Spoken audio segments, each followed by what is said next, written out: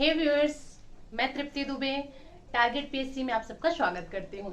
Last lecture में मैंने आपको बताया था जो एसआई की भर्ती आई हुई है, एक्चुअल में वो भर्ती किस टाइप का होने वाला है, या फिर जो वहां पे पोस्ट आए हुए हैं वो टोटल कितने पोस्ट आए हुए हैं, आप कौन से, अगर किसी भी ब्रांच से हैं आप तो आप उसमें डाल सकते हैं, नहीं डाल सकते हैं, अगर आपकी एज हुई है नहीं हुई है तब डाल सकते हैं कि नहीं डाल सकते हैं। ये सारा जो लेक्चर है वो हमारा हमने लास्ट वीडियो में क्लियर कर लिया था। आज की इस वीडियो में मैं आपसे सिलेबस डिस्कस करने वाली हूँ कि एक्चुअल में जो एसआई का फॉर्म आया हुआ है उसमें सिलेबस कैसे होंगे, प्लस ये जो एसआई का पूरा क्रम है वो 5 पैटर्न में आपका पूरा हो जाने वाला है। 5 तरह से आपका पूरा कंप्लीट एसआई का जो आपका एग्जाम है वो हो जाएगा। तो ये कौन कौन से हैं 5 प्रकार, उसके बारे में भी अपन डिस्कस करेंगे। इसके साथ साथ जो हमारे लास्ट एसआई का एग्जाम हुआ था 2011-12 की बात करती हूँ मैं, तो 2011 और 12 में जो एसआई का एग्जाम हुआ था एक्चुअल में वहां के जो क्वेश्चन है वो किस टाइप के बने हुए थे, कौन से सब्जेक्ट से कितने नंबर का क्वेश्चन पूछा गया था, तो ये सारा कुछ भी मैं आज की इस वीडियो में आपके साथ डिस्कस करने वाली हूँ, ताकि आपको एक आइडिया हो जाए रफ कि कौन से सब्जेक्ट का हमको तैयारी ज्यादा करना है और कौन से सब्जेक्ट की तैयारी हमको कम करना है, या फिर कोई ऐसा सब्जेक्ट है जिसको आप बिल्कुल लाइटली ले रहे हैं तो अगर वहां से ज्यादा नंबर के क्वेश्चन पूछे गए हैं तो वो भी आप अच्छे से पढ़ाई करके क्लियर कर सके। क्लियर है? तो स्टार्ट करें हम आज का वीडियो। तो देखते हैं आज के हमारे इस वीडियो में अपन चर्चा किस पर करने वाले हैं। ठीक, देखिए सबसे पहले जैसे कि मैंने आपको बताया जो हमारा एसआई का एग्जाम है वो 5 क्रम में कंप्लीट होने वाला है। तो जिसमें सबसे पहला चीज आपको याद रखना है, जो पहला पॉइंट है वो है आपका शारीरिक मापन। इसके बारे में मैंने आपको लास्ट लेक्चर में भी बताया था। अगर कोई मेल है और एसआई का फॉर्म डाल रहे हैं तो उनकी जो ऊंचाई है वो कम से कम 168 सेंटीमीटर होनी चाहिए। कम से कम बोल रही हूँ ना, 168 सेंटीमीटर होनी चाहिए। अगर कोई फीमेल है और एसआई का फॉर्म डाल रही है तो उनका ऊंचाई कम से कम 153 सेंटीमीटर होना चाहिए। तो पहला तो स्टेप आपका ये हो गया। अपना ऊंचाई आप खुद नाप सकते हैं, ठीक है, इसमें तो कोई टेंशन वाली बात ही नहीं है। क्लियर है? दूसरे नंबर पर आपके आ जाते हैं हम प्रारंभिक परीक्षा को लेकर के, कि जो प्रारंभिक परीक्षा है वो कब से होगी, किस प्रकार से होगी, इस पर थोड़ा सा चर्चा कर लेते हैं। तो देखिए सबसे पहले तो जो प्रारंभिक परीक्षा है ना, उसका जो समय है वो आपको 2 घंटा मिलने वाला है। जो प्रारंभिक परीक्षा है इसका टाइम कितना मिलेगा आपको? 2 घंटे का टाइम मिलेगा। इसमें टोटल कितने प्रश्न होंगे? तो जो प्रारंभिक परीक्षा है बच्चे, इसमें टोटल 100 प्रश्न होंगे और एक एक प्रश्न आपका 3 नंबर का होने वाला है। मतलब प्रारंभिक परीक्षा टोटल कितने अंक का होगा? 300 अंक का होगा। यहां तक क्लियर हो गया? टोटल कितने प्रश्न होने वाले हैं आपके?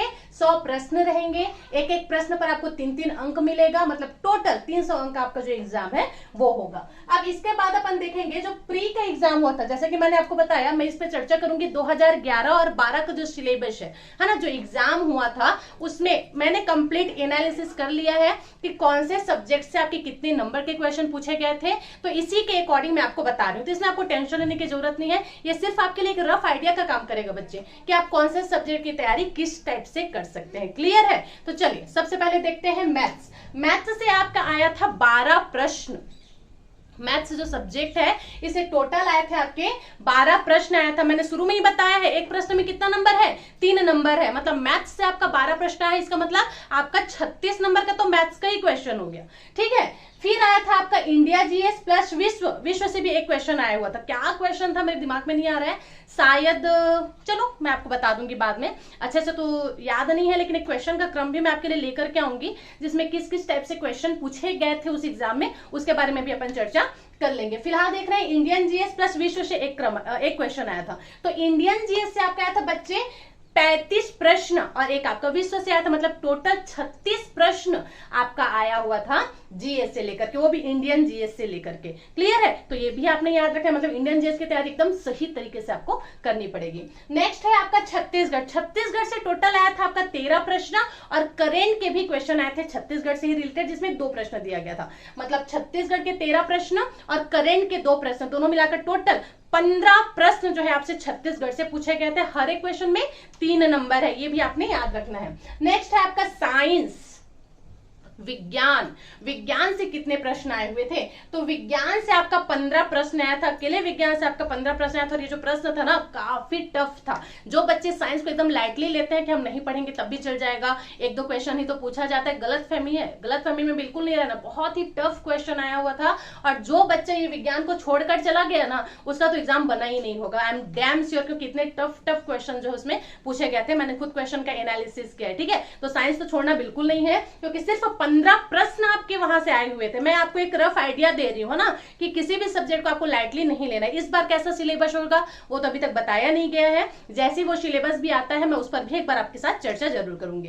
क्लियर। नेक्स्ट है आपका कंप्यूटर। कंप्यूटर से आपके आए थे बच्चे 4 प्रश्न, ठीक। और नेक्स्ट है आपका करंट, राष्ट्रीय और अंतरराष्ट्रीय जो करंट के क्वेश्चन है वो भी आपके पूछे गए थे 18 प्रश्न। और इसमें जो स्पोर्ट्स वाला पैटर्न है ना, स्पोर्ट्स वाला जो चैप्टर है उसको थोड़ा ज्यादा आप देखेंगे क्योंकि स्पोर्ट्स से ही ज्यादा क्वेश्चन बना गया था। तो इस प्रकार से आपका जो प्रारंभिक परीक्षा है उसका मैंने एक सिलेबस आपके साथ डिस्कस किया। जो प्रारंभिक परीक्षा 2011-12 एसआई में हुआ था उसमें इसी टाइप के क्वेश्चन पूछे गए थे। एक आइडिया हो गया होगा आपको इसके बाद कि कौन सा सब्जेक्ट का तैयारी आपको ज्यादा अच्छे से करना है और कौन सा सब्जेक्ट तैयारी आप थोड़ा बहुत भी करेंगे तब हो जाएगा, ठीक है। तो ये तो रही आपकी प्रारंभिक परीक्षा के बाद। प्रारंभिक परीक्षा में जितने लोग पास हो गए, जितना भी पोस्ट आया है उसमें प्रारंभिक परीक्षा में जितने लोगों ने इतना नंबर पा लिया, इतना प्रश्न बना लिया, उसके बाद होगा सिलेक्शन का टाइम। प्रारंभिक परीक्षा में जितने लोग भी दिए उसके 20 गुना स्टूडेंट्स को एंटर लिया जाएगा। उसमें से 20 गुना जो स्टूडेंट होंगे, जो विद्यार्थी होंगे, वो पहुंच जाएंगे आपके नेक्स्ट स्टेप की तरफ। अब हमारा नेक्स्ट स्टेप क्या होगा? तो हमारा जो नेक्स्ट स्टेप है बच्चे वो आ जाएंगे हम मुख्य परीक्षा की तरफ। प्रारंभिक परीक्षा तो हो गया हमारा, प्रारंभिक परीक्षा में जितने भी स्टूडेंट लिए थे उसके 20 गुना जो स्टूडेंट हैं उन लोगों को इसमें आगे के स्टेप में पुश कर दिया गया, बोलना चाहिए, ठीक है। अब वो पहुंच गया मुख्य परीक्षा की तरफ। अब मुख्य परीक्षा में क्या होगा? तो देखिए मुख्य परीक्षा में सबसे पहले तो आपका हिंदी और अंग्रेजी का पेपर था। कौन सा पेपर हुआ था? हिंदी और इंग्लिश का पेपर था, जिसमें हिंदी से आपका आया था 125 प्रश्न। नंबर नहीं बोल रही हूं मैं बोल रही हूँ प्रश्न। 125 प्रश्न सिर्फ आपके हिंदी से आए हुए थे। जो बच्चे हिंदी को एकदम लाइट लेते हैं, अच्छे से देख लो, हिंदी जो है आपको ज्यादा से ज्यादा अंक दिलाने वाला सब्जेक्ट है। इसका मतलब ये नहीं है कि आप उसको एकदम लाइट लेंगे, ठीक है। इंग्लिश से आपका आया था 75 प्रश्न, मतलब टोटल कितने नंबर के प्रश्न आए हुए थे? टोटल प्रश्न आया हुआ था, टोटल 200 अंक का प्रश्न आया हुआ था। आ गया समझ में? हिंदी से आपका 125 नंबर का प्रश्न था, इंग्लिश से वही आपका 75 नंबर का प्रश्न पूछा गया था, टोटल 200 अंक थे। अब क्या हुआ? समय कितना दिया गया था इसमें? तो इसमें आपके पास समय दिया गया था 2 घंटे का। नेक्स्ट आते हैं हम सामान्य ज्ञान, जीके कहते हैं जिसको, और नेक्स्ट है आपका जीएस। तो जीके और जीएस से टोटल 200 प्रश्न पूछे गए थे और इसमें भी नंबरिंग कितना था? 200 नंबर का था, मतलब एक प्रश्न 1 नंबर का। टोटल 200 प्रश्न पूछे गए हैं और टोटल 200 अंक का ही क्वेश्चन है और इसमें समय दिया गया था आपको 3 घंटे का। ये भी आपने याद रखना है। नेक्स्ट है आपका एप्टीट्यूड। एप्टीट्यूड इन सेंस आपका मैथ्स और रीजनिंग वाला जो क्वेश्चन है, तो यहाँ से भी आपको 200 प्रश्न पूछे गए थे। बहुत ज्यादा समय लगने वाला है इसमें, मतलब मैथ्स और रीजनिंग को बहुत एकदम वेल आपको तैयारी करना पड़ेगा इसका, ताकि ज्यादा टाइम आप ना ले 1 मिनट में, ताकि आप एक क्वेश्चन करें, ताकि जल्दी से जल्दी आपका सारा क्वेश्चन जो है सॉल्व हो सके। तो आपके एप्टीट्यूड से भी 200 प्रश्न पूछे गए थे और 200 अंक का ही था, एक प्रश्न 1 अंक का था, ठीक है। और इसके लिए भी आपको टाइम सिर्फ 2 घंटा का मिला था। आगे समझ में? नेक्स्ट है हमारा optional. Optional in sense SI के अंतर्गत बहुत सारे ऐसे पद भी मिले हैं ना, जिसमें कंप्यूटर जिन्होंने किया है या फिर जो मैथ्स, रीजनिंग, फिजिक्स, केमिस्ट्री वाले बैकग्राउंड से हैं वो भी डाल सके। तो ये ऑप्शनल में इसी कारण से मैंने लिखा। तो इसमें देखो क्या हुआ था?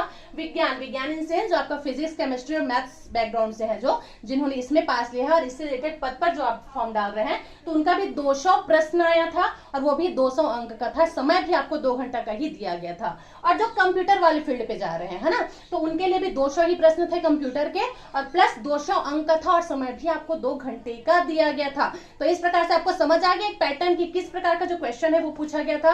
प्रारंभिक परीक्षा देने के बाद फिर आपको मुख्य परीक्षा देना पड़ेगा। मुख्य परीक्षा आप दे दिए, उसके बाद क्या होगा? तो जितने लोगों ने मुख्य परीक्षा दिया उसके बाद 5 गुना लोगों का चयन किया जाएगा आपके नेक्स्ट स्टेप की तरफ। अब 5 गुना बच्चों का नेक्स्ट स्टेप, मतलब नेक्स्ट स्टेप क्या है फिर हमारा? तो हमारा नेक्स्ट स्टेप हो जाता है बच्चे शारीरिक दक्षता, ठीक है। अब यहाँ पर आपका होगा फिजिकल, जो कि 300 अंक का रहेगा। और याद रखेंगे क्वेश्चन आपका जो ये है दक्षता है ना, ये तो 300 अंक का है, लेकिन आपको कम से कम 30% अंक इसमें लाना पड़ेगा। 300 नंबर का है लेकिन 30% अंक आपको लाना ही पड़ेगा।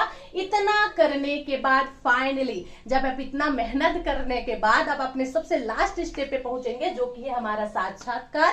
और साक्षात्कार भी आपका 100 अंक का होने वाला है। क्लियर है। हाँ, इसमें भी जिन बच्चों ने स्पोर्ट्स में अच्छा खासा, जिनके पास प्रमाण पत्र है स्पोर्ट्स से रिलेटेड, ठीक है, उनको 10 अंक एक्स्ट्रा बोनस में दिया जाएगा। तो इस प्रकार से इतने सारे प्रक्रिया होने के बाद आपका एसआई में सिलेक्शन होगा। अब मेरी बात एकदम ध्यान से सुनेंगे। जैसा कि मैंने बताया था कि आपको पहले प्रारंभिक परीक्षा देना है, उसमें भी आपका जीएस रहेगा, जीके के क्वेश्चन रहेंगे। मतलब आप एक लाइन में ऐसा समझ सकते हैं कि एवरीथिंग आपको पूछा जाने वाला है। इसमें आपका इंडिया से, आपका जीएस से रिलेटेड, जैसे कि हिस्ट्री हो गया, कॉन्स्टिट्यूशन हो गया, जियोग्राफी हो गया, करेंट तो है ना, सीजी का भी जियोग्राफी और आपका सीजी का भी इतिहास, ये सारा जो एग्जाम में क्वेश्चन है वो पूछने वाला है। हिंदी इंग्लिश तो है ही, आपको दिख गया होगा, ठीक है। तो हम अब नेक्स्ट वीडियो में इसकी अब तैयारी स्टार्ट करेंगे।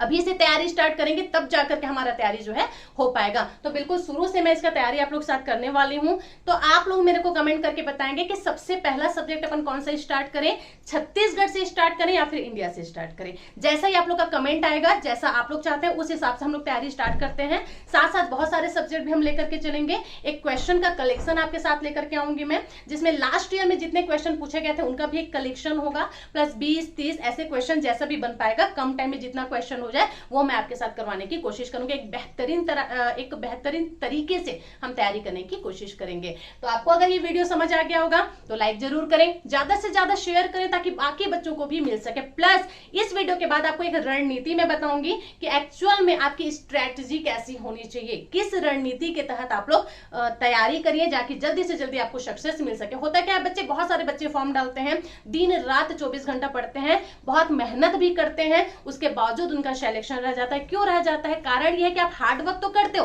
लेकिन आप स्मार्ट वर्क नहीं करते हो। हार्ड वर्क के साथ साथ आपको स्मार्ट वर्क भी करना है, और वो स्मार्ट वर्क किस टाइप से होगा वो मैं बताऊंगी आपको नेक्स्ट वीडियो में। तो फिलहाल आपको बताना क्या है मेरे को कमेंट करके कि कौन सा सब्जेक्ट का तैयारी अपन पहले स्टार्ट करें, पहले छत्तीसगढ़ की तैयारी करें या फिर पहले इंडिया लेवल की तैयारी करें। क्लियर है? तब तक के लिए thank you so much for watching this video. Thank you again, thank you.